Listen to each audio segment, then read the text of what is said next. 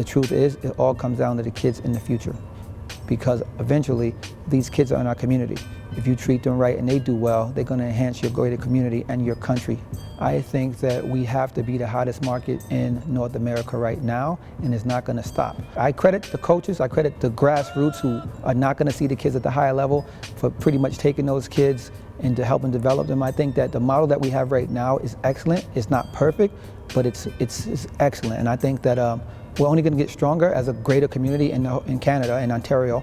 And I like where we are right now. For us, it's pretty easy because we're in the shadows of the greater Toronto area. So it makes it easy to always say we have to prove. And that actually allows us to keep kids focused because they know that there's other people getting more attention, so they're going to work twice as hard.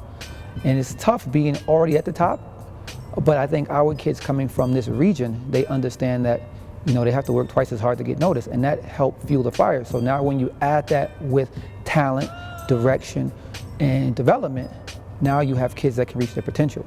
The David Pennies of the world, I would say the Isaiah Boudreaux's, Kavon Ellis, the Lincoln Rosebushes. There's a lot of names people don't know, just like people didn't know who Shea Alexander was 3 years ago on a national scale. Abu Kigab, Shamil Stevenson, Theron Schmidt, Kevin Kangle, you can go down the list, but every age group has a few of those guys that I think, can be up there. The level, the talent is there.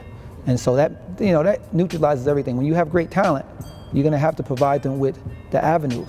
And so now, because of that, you see the growth in Canadian basketball. Well, it makes us very proud because I think a guy like Francis, in addition to others, but more so him, he embodies what we strive to be.